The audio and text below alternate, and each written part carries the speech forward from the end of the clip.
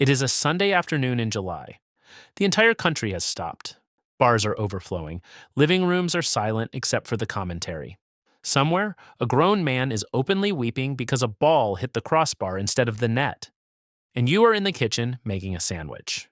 Not out of spite, not as a statement. You just genuinely do not care. And the reason for that lives deep inside your psychology. If you are someone who has ever sat through a World Cup final feeling absolutely nothing, if you have smiled politely while an entire room screamed at a television and thought, genuinely, I do not understand what is happening right now, welcome. You are not missing an emotion. You are not socially broken. And by the end of this, you will understand exactly why your brain works the way it does. This is not about soccer. This is about identity. Society frames World Cup indifference as a personality flaw. You are boring. You are antisocial. You lack passion. The assumption is that caring about the tournament is the default human setting and that anyone who does not is simply malfunctioning. But consider what is actually happening when a fan watches a match. Strangers they have never met are kicking a ball on a pitch in a country they have probably never visited. The outcome of this event has zero practical impact on the fan's actual life. And yet, when the team wins, the fan says, "We won." When the team loses, it shifts to "they played badly." Psychologists call this burgeoning, basking in reflected glory. Basically, it means people absorb the success of a group they identify with as though it were their own achievement. Robert Cialdini documented this in 1976 when he noticed university students were far more likely to wear their school's branded clothing the day after a soccer victory. They had not played, they had not coached. But proximity to the win felt like ownership of the win. Your brain simply does not do this with soccer. And that is not a deficiency. It is a signal that your identity scaffolding is built somewhere else entirely. And there is a specific neurological reason why some brains hook onto sports and others genuinely cannot.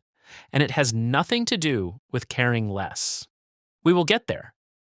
But first, here is the part that challenges something even non-fans believe about themselves. And this is something wild.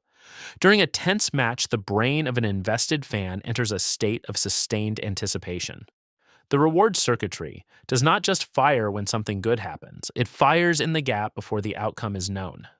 Neuroscientists identify this as intermittent reinforcement, the exact same mechanism that makes slot machines so hard to walk away from. The brain stays engaged because the resolution keeps not arriving.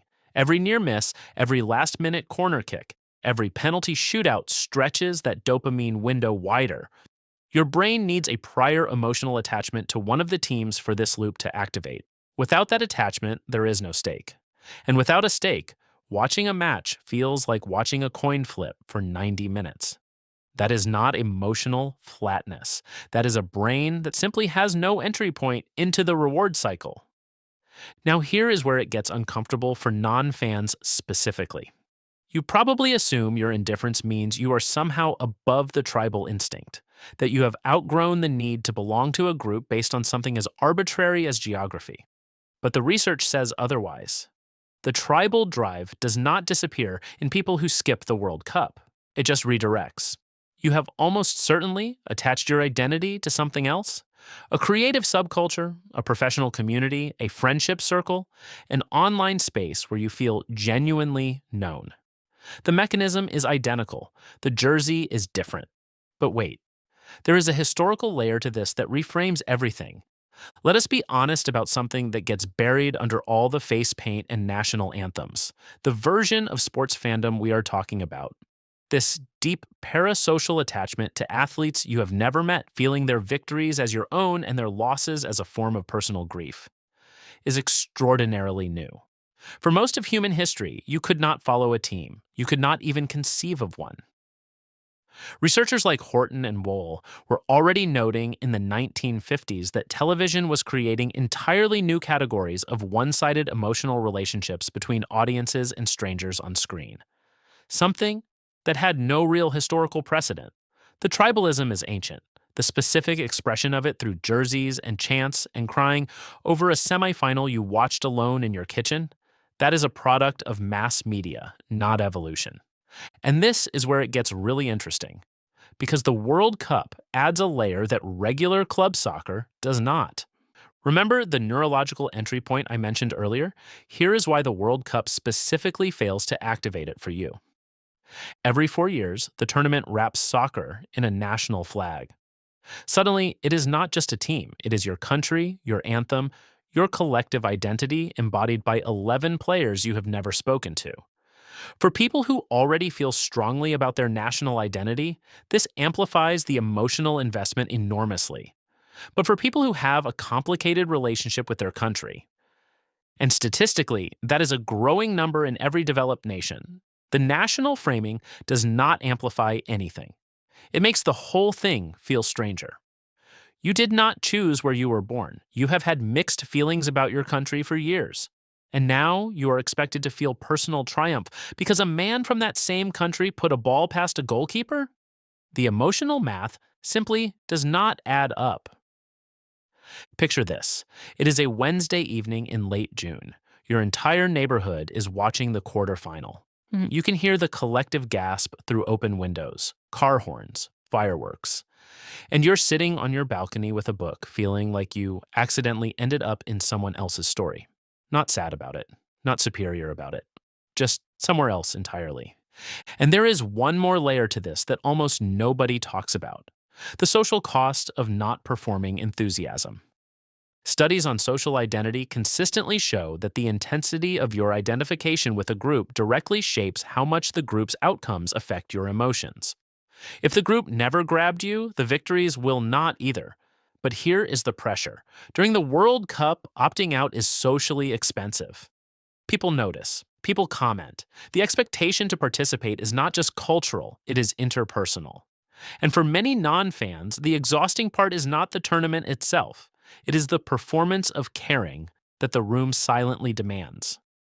And the next part explains why that performance is so draining, and why fans and non-fans sometimes genuinely cannot understand each other.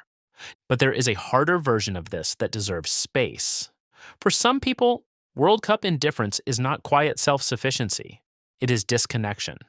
Not just from soccer, from shared experiences in general, from the ability to let yourself get swept up in something collective, something joyful, something that does not need to be productive or meaningful to be worth feeling. Some people opt out of the World Cup not because they have found their tribe elsewhere, but because they have not found a tribe at all. And the tournament becomes a reminder of that absence. So it is worth asking yourself honestly, do you skip the World Cup because you genuinely have your own thing, your own people, your own passion, your own place where you light up? Or do you skip it because the act of belonging to anything at all feels like a risk you stop taking? Because one is independence. The other is isolation, wearing independence as a costume. Here is what I need you to hear. You are not cold. You are not broken. You are not missing a fundamental piece of the human experience. The World Cup is a vehicle for belonging. That is all it has ever been. And your brain did not reject belonging. It just found a different vehicle. The drive is the same. The stadium is different. And here is the part worth remembering. The version of fandom that dominates every 4 years, the face paint, the national anthems, the parasocial grief over a semifinal loss, has existed for less than a century. For the vast majority of human history, nobody experienced anything like it. The person sitting unbothered through a World Cup final is not defying human nature. If anything, they are closer to the original blueprint than the person screaming at a screen. You are not antisocial. You are not passionless. Your belonging just lives in a quieter room. And the fact that you know exactly which room that is the whole point. Your tribe does not wear jerseys. It does not chant. It does not need a tournament to show up. And that is exactly why it matters.